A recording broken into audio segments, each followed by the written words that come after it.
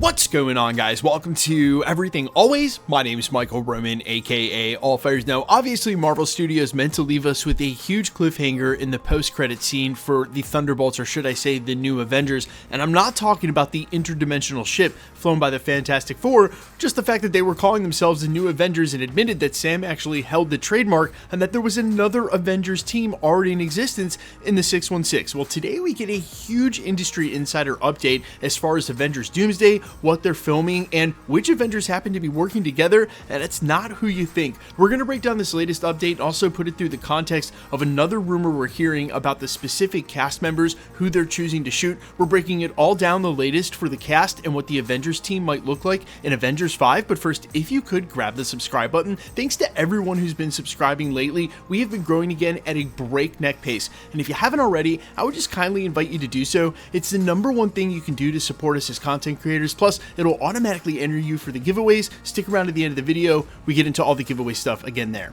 Okay, so this latest round of updates comes from industry insider Daniel RPK. You guys can, of course, follow him over on Twitter at RPK News. In his latest round of updates for the MCU, he had several things to say. The first update via Twitter was that Yelena Belova will be a part of Sam Wilson's Avengers, which again is a little odd given what we saw at the end of the Thunderbolts. Then he added some context to this via a Patreon update. He went on to say this regarding Avengers Doomsday. Currently, they're only shooting scenes with the actors that were already shown in the chair announcement.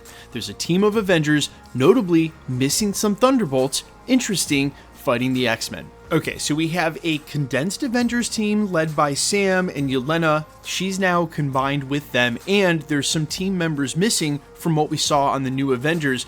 These are presumably the Thunderbolts he's referring to. The only other detail we have is that right now they're only shooting scenes with who they updated via the chair announcement for the cast. Now, obviously, that could have been the reason they withheld it to only a certain amount of names. We've talked about that at the channel. That and the other likely case is that they hadn't finished all of the contracting. However, in that announcement were most of the Thunderbolts, and what he's saying is that they're not present here. Okay, so I think the real safe takeaway from all of this is that this Avengers team has now eventually slimmed down and merged into one team. You have Sam Wilson's Avengers, which we presume will also include Carol Danvers, Wong, Bruce Banner, probably still as Professor Hulk, or please, fingers crossed, any other iteration. Then you have the Thunderbolts characters, and why some of them are missing, we'll talk about it in just a second, but I think there's a really easy explainer for all this, and it's in that same post-credit scene that they're teasing that there's two different iterations of the team, and Sam has the trademark. Whenever you get an interdimensional ship that's carrying the Fantastic Four, and the warning, the heeding that Fantastic Four's Reed Richards is going to bring with him about incursions, about the multiverse, whatever's going on between those two iterations of the Avengers is just going to go out the window. They were definitely playing that up for a little comedic relief, but the bond that Bucky and Sam have goes way, way deeper than them just arguing about who's actually called the Avengers, especially if they end up merging. I don't think this necessarily means that we're going to lose Thunderbolts or that they're going to die. I know obviously that's going to make its rounds on social media because people are going to draw that from this. I think the real reason for that is also easily explained. Look, the Russos already laid the blueprint for how they would make a story with Infinity War and Avengers Endgame on this kind of scale. Now they have something they can look back on and see what worked and what didn't in the process, and hopefully sort of make it more efficient, where they can be a little more experimental with the things they want to try on an artistic level instead of how to weave all of these stories together. In recent interviews, the Russos have been extremely candid that they are ambitious with the story that they are trying to tell, and that they realize that this might be the most complicated story, but expect a lot of different storylines and huge run times, like 2.5 hours for the first film in Doomsday, and maybe even a 3-hour runtime for eventually Avengers Secret Wars. And I know yesterday we sort of broke this industry insider report or anonymous Twitter scoopster rumor, rather, that they might break Secret Wars into 2 films, and if you missed our video on that, I don't think they'll do that, only because of the box office take. They want to make sure they get all the money at once under the Secret Wars title to try to break that $1 billion mark. Topic for a different video. But I think there's another huge question asked here that we haven't really stopped to talk about. The big talk of the last 2 weeks has been this report that the Avengers are going to fight the X-Men, and we've seen behind the scenes aerial set footage that seems to imply a location that might be the X-Mansion. But we haven't stopped to talk about where they're going to be meeting up.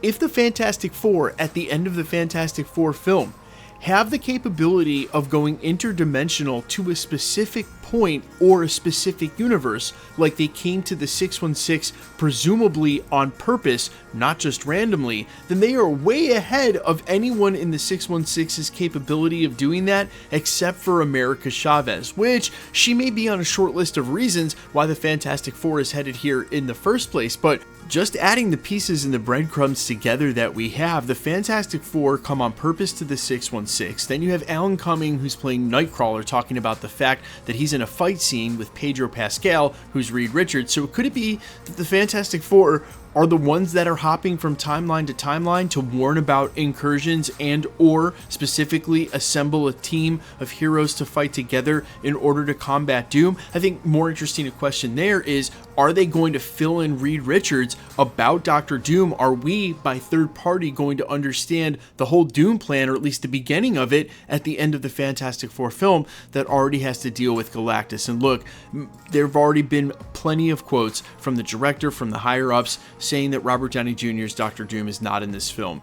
Specifically that he, quote-unquote, Dr. Doom takes up all the air in the room, and they really wanted to be able to focus on the Fantastic Four and Galactus and the characters that they had. But then where does that leave Marvel any room to explain to us, the viewers, what the heck is going on, unless they plan on dumping all of that in instant exposition right when they film the beginning of Avengers Doomsday, which is going to be a hell of a story. But hey, I'm up for it, guys. Let me know all your thoughts, though, down below on any and all of this as a reaction, and who do you think that core Avengers team is who makes the final cut? I'm all ears as always. Quickly, let's get into the giveaway stuff before I let you go. All right, we are still giving away PlayStation 5s at the channel. We're just going to continue to do that through the rest of the year. For every Marvel drop, there are 5 more this year. If you want to be entered to win, or for any of the other giveaways, super simple. All you got to do is be a sub, so hit the sub button, leave a comment down below. Because it's truly random, the more videos you comment on, the better chance you have of winning. All winners will always be announced at the end of videos, the same way we're doing here, live with my voice, and the winning comment shown on screen when there is one. So please be safe and vigilant on my channel, really any channel they're doing giveaways. If you should ever get a spam comment with someone trying to pretend to be a content creator, please just report them directly to YouTube. They're very swift. Please just report them directly to YouTube. They're very swift about deleting those accounts. The best way to keep up with the channel has always been to hit the notification bell with all notifications turned on. And as always, if you like today's video, I'd appreciate it if you'd hit the like button. My name's Michael Roman. You can find me in a couple of places. Instagram and Twitter at I'mFires. You can also find me with original music on all platforms. Spotify, Amazon, Apple, iTunes, wherever you listen to original music under the name AllFires. And while I would sincerely appreciate you checking my music out, thanks for checking this channel out. Stick around. We'll be posting again real soon.